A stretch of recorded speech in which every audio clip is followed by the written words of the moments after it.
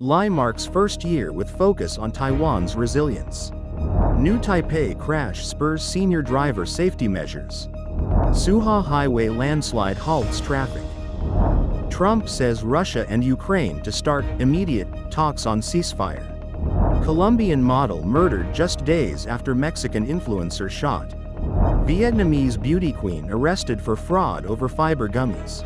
Struggling DNA testing firm 23andMe to be bought for $256 million. British man breaks record for fastest run across Australia.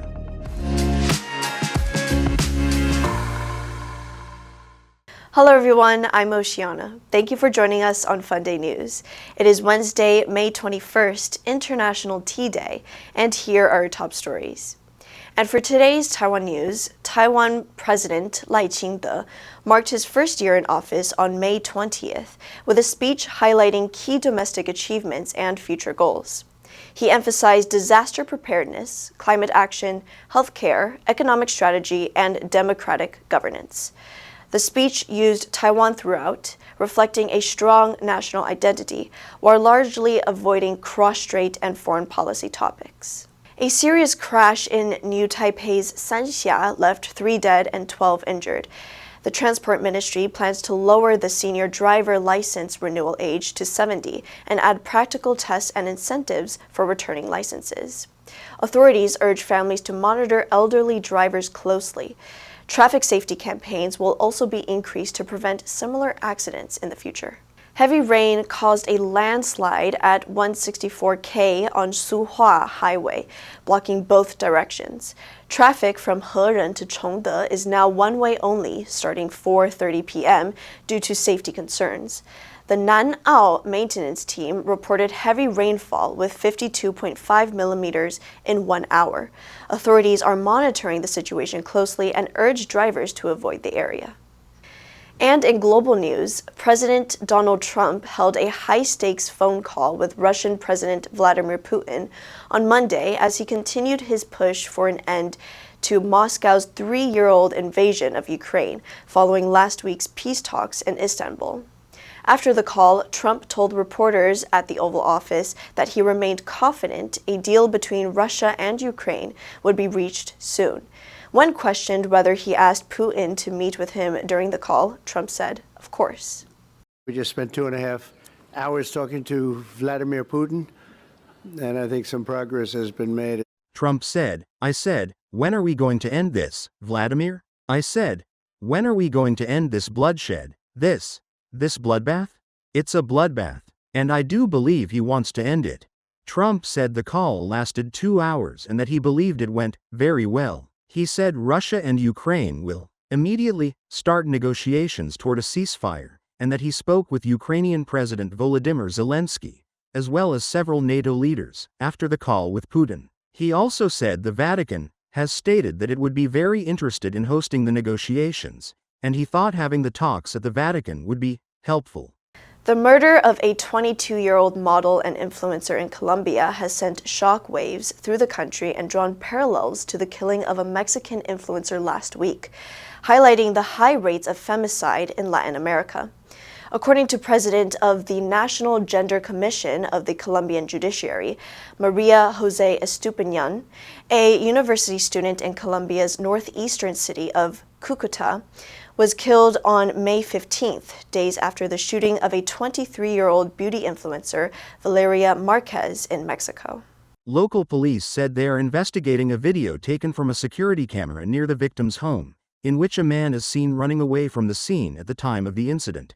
The case has been widely covered by local media and spread on social media, with many comparing it to the May 13th shooting of Valeria Marquez in Mexico.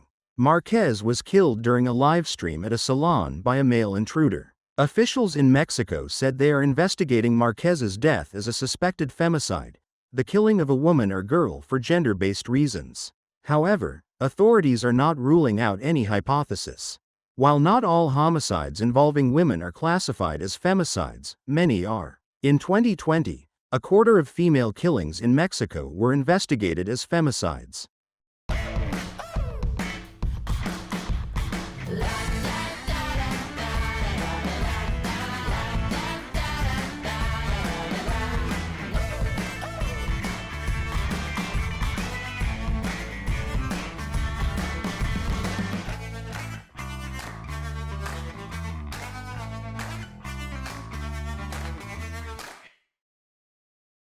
Vietnamese authorities have arrested a beauty queen and social media influencer for consumer fraud after she promoted a counterfeit fiber supplement.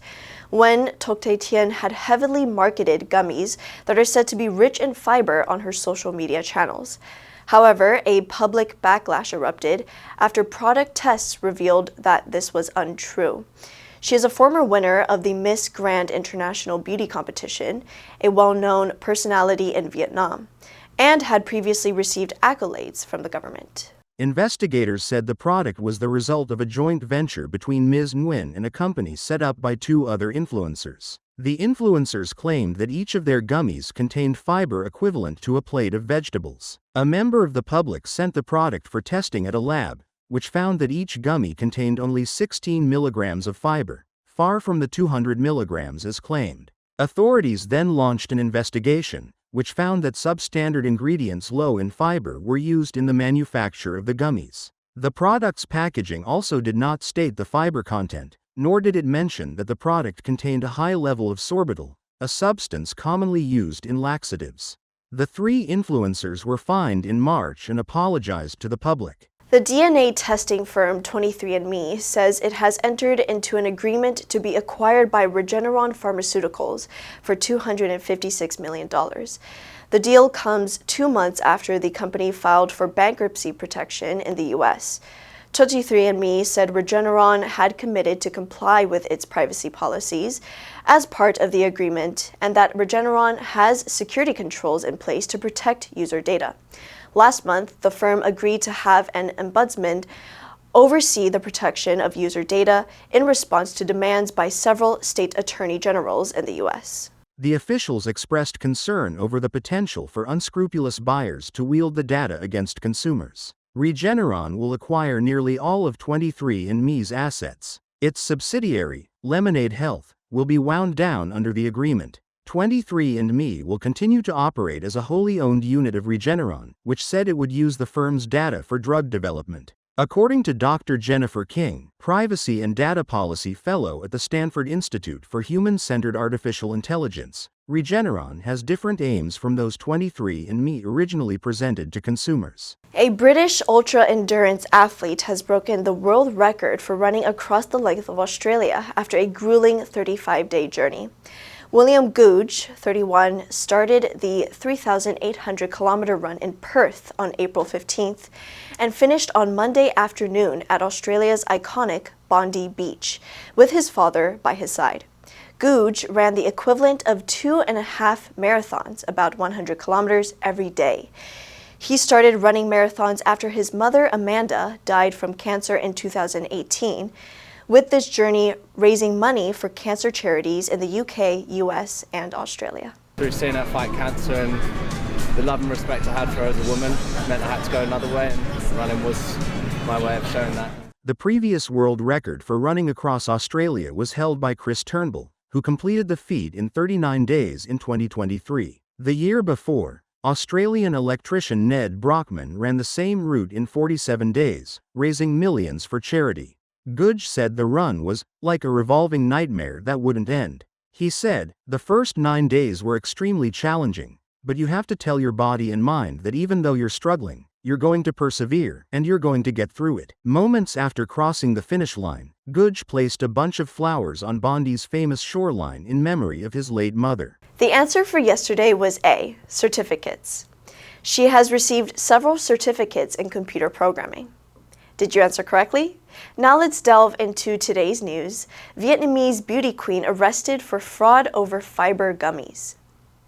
Number 1, supplement. 补充,增补. She takes vitamin supplements every day to stay healthy. Number 2, backlash. 强烈反对,负面反应. The company faced a public backlash after the controversial advertisement. Number 3, equivalent. 相等的. $1 is roughly equivalent to 30 Taiwanese dollars. Next, we have a multiple choice question for everyone to practice. Which answer would you choose? You can write your answer in the comment section and the correct answer will be announced tomorrow. International Tea Day was officially declared by the United Nations General Assembly in December 2019. and an even larger celebration took place on an international level the following May. Its purposes were in alignment with different UN sustainability goals, such as the reduction of extreme poverty, the empowerment of women, and the sustainable use of terrestrial ecosystems. And that's all for today's Funday News. Be sure to tune into Funday News from Monday to Friday and click the link below to join Funday for free. I'm your host, Oceana, and I'll see you next time.